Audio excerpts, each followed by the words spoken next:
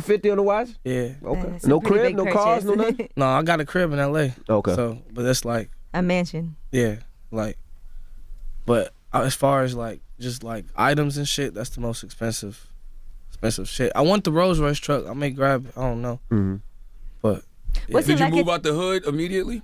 Yeah, I mean, my OG moved me away from that environment a while back. But you from Chicago? Yeah. Smart move. For sure. There's a lot of artists in Chicago that were very supportive of you anyway. Yeah. But even though their music is nothing like how your music sounds. Yeah, for sure. So who did you look up to in Chicago coming up? I know you listen to a lot of artists outside of Chicago, but Yeah, in for Chicago, sure. where you're from.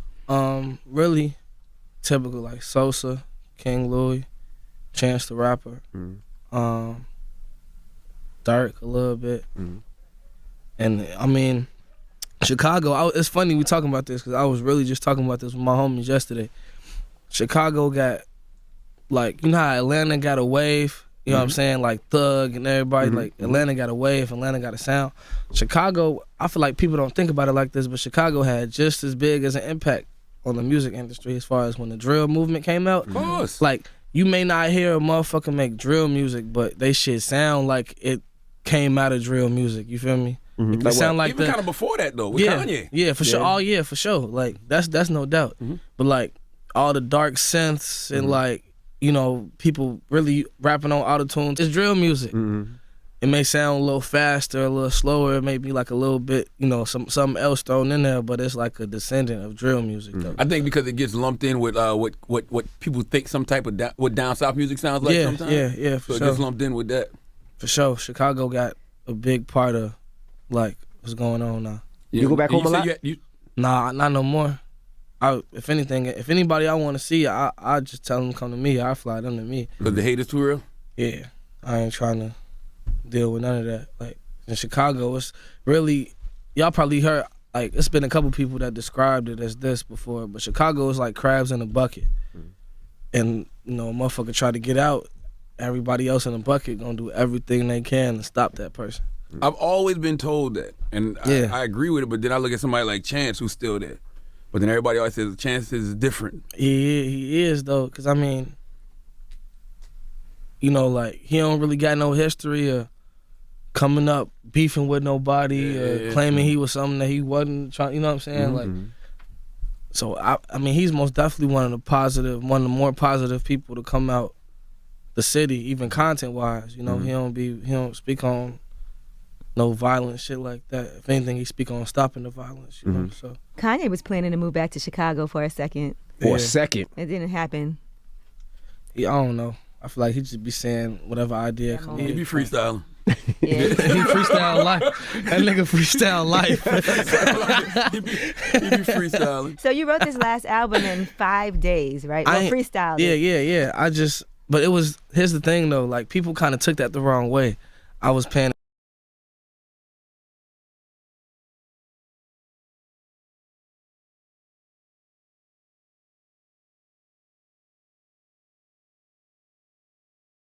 attention to some of the reactions that people was making to that. They took it as me not trying. Man, I need y'all to understand. You subtract me from that situation. This man Tiger, that's who nigga talking about, man. This man don't fucking miss, man. I took me and I Mac learned from the best, man. Bro, fuck that. Nah, I learned from the nigga, best, I put out though. something that don't hit. Now you put out the ones that this nigga don't miss, man. Me and Mac, we would always be like, yeah, that's the nggga Flow Rider. No, that nigga got hits. West Coast Flow For Rider. sure, he got hits for sure. For real, you know, Yeah. in it, Flow Rider and what's the Pitbull, whatever that It's gonna be a hit. It's gonna. I might not understand what I might not know what the hell Pitbull talking about, but the people who do, Yeah, for it's sure. a lot of them, For sure. yeah, and they rock with it. So and you already know Flow, whatever he do, I tell him every time. Okay, you got a lot of samples on this one from like previous club bangers and shit. What's the thought behind that? The sample, I feel like it's familiar when people hear something that's familiar, but they don't know where it's from. I feel like it's always good to put stuff in like that. You know what I'm saying? Like Something that you remember, you just don't remember. What it's not too like out there to where it's obvious, but it's like, damn, I heard that before, and it just resonates. And then you know, you got that, a good hook, you got a good flow. Like it's just things people just remember. You know what I mean? They play it over. I mean, not the samples, period. That's a West Coast history. That's the background. Cause when I think of sample, any song, when I hear a sample in the song, the first thing I think of is Snoop or Dre. Dr. Dre. That's how he started. Cause exactly. he was a DJ, so yeah, all his shit was samples. Exactly. You know what I mean? Just use samples in everything. Mm-hmm. As soon as I hear that shit, I be thinking of Dre. You know what I mean? Honestly, I just like making music that I know I want to perform or shit that I want to hear or ride to. You know? Like, first of all, Tiger don't even need to sample no old club bangers to bring, because everything he does, any song he do is gonna be a club banger. It's gonna be something that them bitches could dance to and niggas could sing. I mean, niggas, but in the club gonna keep playing. The radio gonna keep playing it. You gonna hear that bitch on the commercial too. You know what I mean? That's them type of joints. What's your formula for longevity? You just told him you've been in this shit since 17. And you already stand in the studio. Exactly. You know what I mean? Like, I feel like watching you, that was the first time that, like you said, I had ever been on tour, on like a tour bus or anything like that, really moving around, and to have so much going on, have success going on, you shooting videos, but wherever we was at, you would make sure, like, we going to the studio tonight. All right, we got a show, we in Buffalo tonight. We gonna get off stage, you gonna rock 20,000 people. You got the studio right after, and if we can't go to the studio, we got the studio bus. Yeah. So it was just more like, it was just a work ethic. I feel like, you know what I'm saying, just staying consistent and staying obsessed with it and loving it. I feel like a lot of people fall out of love with it, and that's why motherfuckers fall off, or people just aren't as consistent or not as tapped in. Like, you know, it ain't even about like for the money it's or like that. It's just the love. It's the support of the. You know what I mean? Because I get that. I get what's interesting about that, what you're saying about the love. I get it from two people that's not rappers. And so, I get it from Slim and Baby. The hustle. They just the studio love. Every day. Slim ain't about to rap a bar. Baby about to come in there and try when he feel like it. And 9 times out of 10, he about to ask one of us to, man, write this. He gonna switch a few words to say it how he want to say it. So with that said, I used to always sit back and ask myself, like, because they wasn't setting studio time up just for the artists to be there, and they there. But they was there. There, all 1,000 hours we there, they there. So I used to sit back and like, what the hell, Slim? It was more so Slim. I used to be like, why is Slim here so much? Like, why? Because we here writing. So he want to hear the verse when you finish, right? Before he ever go on, he want to hear what you got, Wayne. He going to check it like a coach. It's the office. Like a coach on it, like a coach going at, you watch a football coach at practice.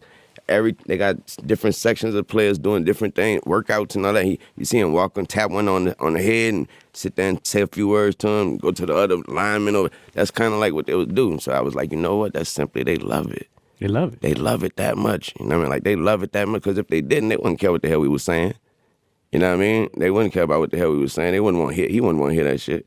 For real. You know what I mean? We might want to hear it when it's all the way finished. But shit, as far as coming, what you saying, you probably want to change that to this. You used to call a nigga over there, Joe, come here with you right, come hear this.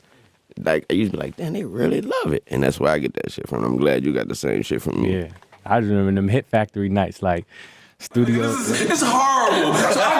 So I get, because I would think you're a Saints fan.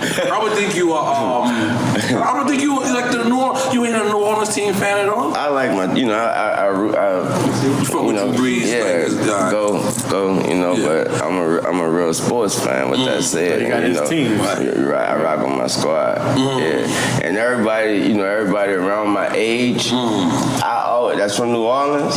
I tell them every day, stop it.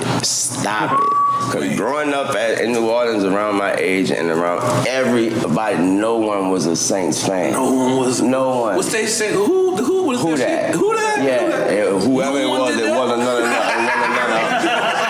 And not since, they bandwagon. They winning, all of a sudden I'm talking about niggas Saints, my nigga, you was a fucking Cowboys fan. You was a 49ers or a Cowboys fan. You was either one of them two in New Orleans. You know what I mean? You everything but a Falcons fan. Right. You know what I mean? And all of a sudden you got 1,000,000 Saints fans, so I stick with my pack, man. Go pack, go.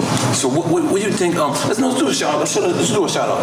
Let's do a shot of Wayne shit. Let's do a shot of Wayne shit. We're gonna do a shot of anything, goddammit. So what do you think the Lakers niggas gonna do this year? I definitely think, obviously we're gonna be out there. We're gonna be up there. We're gonna be there for the championship. Last year we didn't make the playoffs. Yeah, I know. Oh, that's bad. We're gonna be in the playoffs. I wasn't really claiming us like that. We're gonna be in the playoffs. Then we got Anthony Davis. I was bandwagoning again. And we're gonna have to meet up with them folks though. What you said? We're gonna have to meet up with them folks though. Okay. We're gonna have to meet up with them Clippers. They more of a threat than Houston? Yeah. Yeah? They got that dog over there, man. I thought my man with the beard was going crazy. I think. Yeah, you talking about James? James Harden, my nigga. He got braids in his He got the braids and shit, yeah. He mean business. He dropping triples. That's how he rock him and Russ is a fucking bulldog. You already know Russ one of my, if not one of my top 3 players, if not other than LeBron. Right. I think Russ my second best player in the league. Other than LeBron, Russ. Next to LeBron. Russ is a dog, bro. Yeah. You thought Melo would do this good? Oh man, Melo is beautiful right now, ain't he? That shit is. To one of the people one of the naysayers was, well, I'll definitely be a billionaire by that time. And not that that's a reason why someone should become president, but it's to say, at that time I was around $50 million in debt. And I knew I had the confidence that I would be able to turn that around. And now, just going into, I want to just give you that's a clear answer. Right. So I know what you're saying. I don't want to go off on too much. No, it's of a okay. riff right there. What you're basically saying is you know how to set goals, you know how to achieve them. But what was Oprah's rationale when she said you don't want to be the president? Like, what was she saying? Because remember when people were saying that's our next president? Remember when Trump got elected? They showed Oprah and they were saying, like, I believe it was like NBC tweeted it. This is our next president. Like, a lot of people wanted Oprah to run, and they felt like if Trump could win, Oprah could win. When I saw Trump win, I was like, see, you can win you can win if you're coming from outside of politics. I was young when Ronald Reagan was president. I don't remember. But Ronald Reagan was the governor of California before he was the president. He had actually proven himself as a politician, at least somewhat. Which is an idea that people have thrown out at me to be governor of California? To be governor of California. So anyone's better than this guy. Just go ahead, start there. Give it a shot. Open things up again, man. But I think my calling is to be. I believe that my calling is to be the leader of the free world. Not. I mean, if it's in God's plan that part of my path is to be the governor, then that's fine. But my calling is to be the leader of the free world. So when you say this, like when you say your calling is to be the leader of the free world, what does that mean to you? Does it mean do you have a plan that's different than the plans that have been implemented before? Does it mean that you have ideas? What kind of plan? Like the plan to be the leader. Like what would you do if you were the leader of the free world? Like what would be different about the way you would handle things? Like if that's your plan, like what is it about that is your calling? Like, why would you want to do that? Like, what do you want to do differently if you were the leader of the free world? Well, there was a couple questions in there. You said, why is that your calling? There's people who will say to me, they'll say, well, music is bigger than politics or more influential than politics, or celebrities are more influential.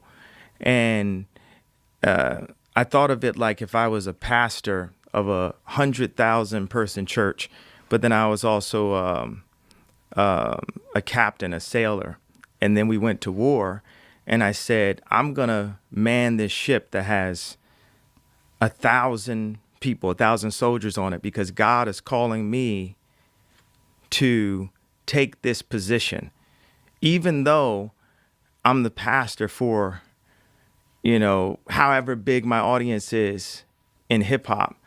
In music, or as just an influencer or celebrity, or just as a dad and a husband in my house, the world is like, there couldn't be a better time to put a visionary in the captain's chair. And that's not to say we haven't had visionaries before. I'm not coming here to down any of the other I'm not here to down Trump, down Biden. I'm just here to express why why